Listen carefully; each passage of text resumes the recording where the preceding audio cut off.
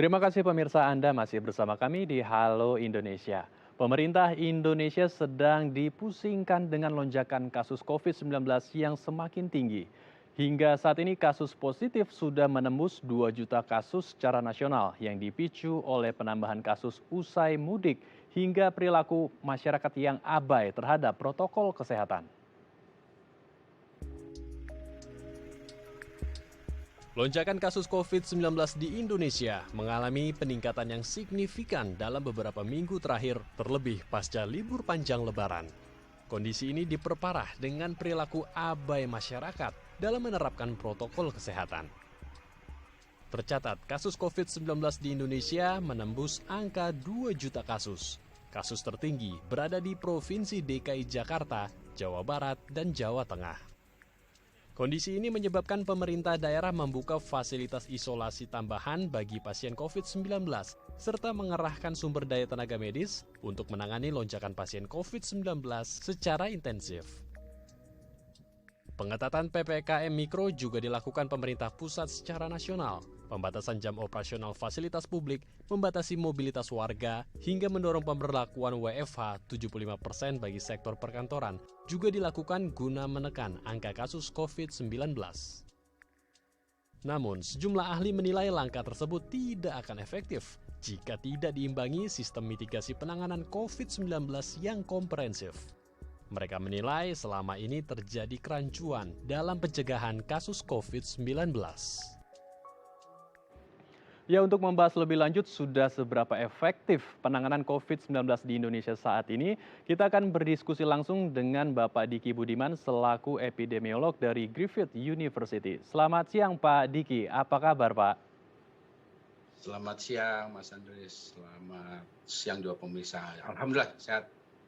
Baik, Pak Diki, usai libur panjang Lebaran ini angka kasus meningkat sangat signifikan ya, 13.000 hingga 15.000 dalam satu hari. Dan di DKI Jakarta ini menjadi zona yang paling merah dengan angka kasus 3.000 sampai 5.000 kasus dalam satu hari. Kita akan mengupas permasalahan ini satu persatu Pak Diki. Kita akan memulainya dari mitigasi bencana atau kesiapsiagaan bencana.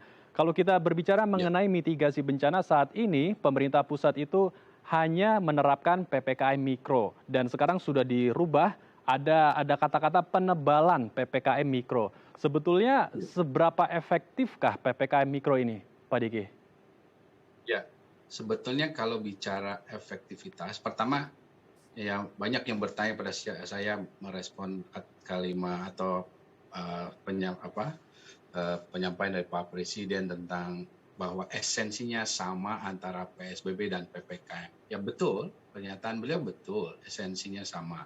Ada pembatasan kan di situ. Namun dalam praktek lapangan ada perbedaan yang sangat mendasar sebetulnya, yaitu kalau bicara PSBB sebetulnya tidak ada aktivitas. Ini kalau merujuk pada regulasi ya, regulasi Undang-Undang Kekarantinaan Kesehatan.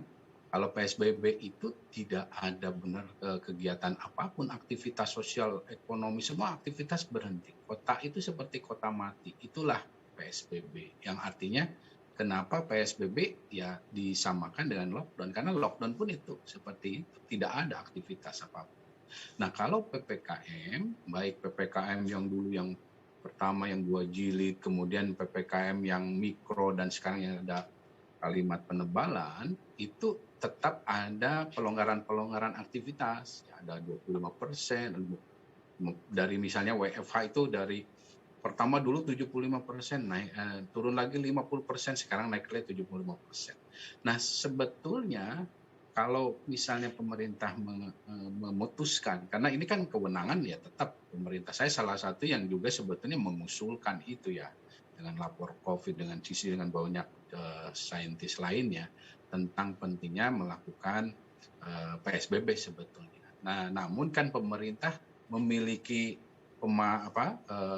informasi yang jauh lebih komprehensif dan ada wewenangan itu ada di pemerintah. Nah, kalau memang sekarang diputuskan PPKM terus dilanjutkan, nah catatan saya selama ini dari Januari lah sampai Juni ini sebetulnya PPKM ini tidak efektif karena angka reproduksi itu meningkat dari yang Januari 1,19 menjadi 1,36.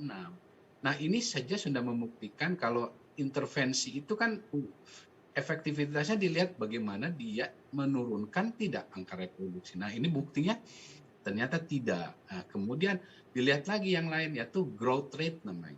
Growth rate ini dari di Januari 30%, saat ini itu 54%. Berarti juga sama meningkat selama periode penerapan PPKM ini. Kalau bicara growth rate, artinya kalau 50%, penambahan yang tadi sama Mas Andri sampaikan, 50% per minggu menambah kasusnya. Begitu. Dan itu bisa semakin pendek, semakin pendek dan besar. Nah, ini saja sudah memberi satu fakta sains ilmiah bahwa kalau PPKM ini dilakukan berarti harus diperkuat benar.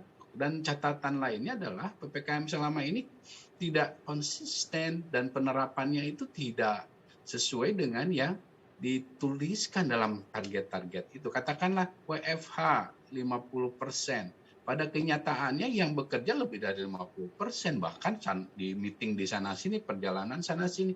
Jadi di antara kalangan sektor pemerintahnya sekalipun, terutama juga di antara pemerintahan level sampai daerah, ada BUMN, ada swasta, ya tidak mendukung juga pelaksanaan ini. Nah, oleh karena itu, kalau PPKM ini sekarang akan dilakukan, belajar dari 5 bulan pertama ini yang sudah saya sampaikan tadi terbukti sebetulnya tidak efektif, ya sekarang lakukan secara lebih efektif dengan adanya monitoring yang ketat, bahwa di kalangan pemerintahnya sendiri ya harus konsekuen, konsisten, ada para pemimpin perkantorannya ini punya sense of crisis.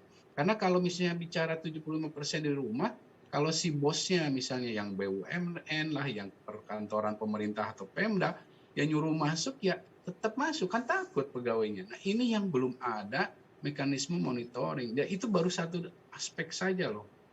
Karena begini, kalau memang PSBB tidak bisa ya dilakukan, ya ini dioptimalkan ya. Karena pergerakan orang itu betul-betul sangat berdampak dalam meminimalisir ya, bukan sampai nol sekali, kan dalam meminimalisir penyebaran dari COVID ini. Dan salah satu yang paling memungkinkan adalah pekerja kantoran yang pendapatannya itu sudah pasti per bulan. Kita nggak bisa berharap pada masyarakat yang pendapatannya harus keluar rumah mencari kemudian untuk diam di rumah ya. Dari mana dia dapat nanti untuk kehidupannya. Nah, inilah di sini peran dari sebagian besar pekerja kantoran ini untuk meredam pergerakan. Baik, jadi ini cukup kompleks ya, dan perlu digarisbawahi ini belum efektif PPKM Mikro. Kalau kita bergeser sedikit, berbicara mengenai lockdown, berbagai pakar dan ahli seperti sosiolog, pakar perubahan perilaku, dan berbagai pakar lainnya itu menyarankan untuk melakukan lockdown, termasuk Pak Diki sendiri untuk menyarankan lockdown. Namun saat ini pemerintah Indonesia, pemerintah pusat hanya menerapkan PPKM Mikro dengan alasan, dengan pertimbangan kalau menerapkan lockdown di Indonesia, finansial pertama akan rugi. Kemudian kedua, jaminan sosial itu belum mencukupi untuk mengakomodasi, memenuhi kebutuhan seluruh masyarakat. Bagaimana tanggapan Pak Diki? Apakah lockdown ini memang tidak tepat dilakukan di Indonesia, lockdown regional maupun lockdown nasional, Pak Diki? Sebetulnya pada saat ini bicara ideal, bicara pendekatan ideal yang perlu segera dilakukan memang bentuknya adalah lockdown, tapi bukan hanya lockdown saja, 3T-nya juga harus, vaksinasi harus, dan lockdown gitu. Itu 3. Karena kenapa ini juga saya usulkan ya, sebagai saintis kita kan harus berpedomannya tentu atas dasar-dasar pertimbangan ilmiah dan juga studi pengalaman keberhasilan di negara lain. Nah, bicara yang kenapa ini diusulkan dari awal ini karena Delta varian ini luar biasa ya. Delta varian ini hanya bisa cukup efektif diredam dengan kombinasi itu 3. Adanya testing, tracing, isolasi, karantina yang efektif ya, 3T itu yang masif, agresif ya, bukan seperti Indonesia saat ini. Masif agresif itu ya tesnya 500.000, 1 juta, itu yang dicontohkan negara lain. Kemudian kedua, vaksinasi. Nah, vaksinasi ini pun ya masif agresif yang mengarah ke setidaknya 50% dari total populasi. Itu yang dicontohkan juga seperti Amerika, di Israel dan Kanada misalnya sebagai contoh. Kemudian ketiga, lockdown. Lockdown ini tentu tidak selamanya lockdown.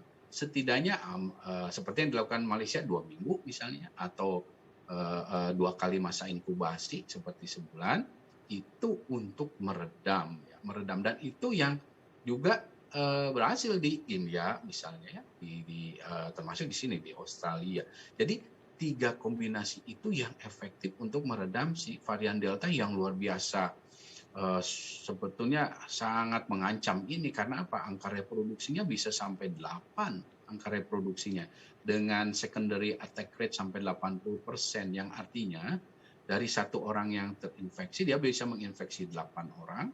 Dan kalau dalam satu rumah itu ada misalnya 10 orang penghuni rumah, terus ada 1 yang terinfeksinya, mungkin hanya 1 saja, itu pun bisa jadi semuanya terinfeksi. Kecenderungannya seperti itu saat ini kalau kita membiarkan Delta varian ini menyebar tanpa bisa kita rem secara cepat. Nah, itulah sebabnya itu bicara kondisi ideal itu yang harus dilakukan. Nah, namun ya kita sadari juga bahwa pemerintah dalam posisi memiliki banyak informasi yang lebih komprehensif, ya. Dan presiden ya tentu akan memutuskan atas pertimbangan itu. Nah, saya hargai dan tentu ya kita harus dukung apapun misalnya keputusan pemerintah itu. Namun sekali lagi sebagai saintis saya sampaikan, kita harus tetap mempersiapkan opsi lockdown ini. Karena apa?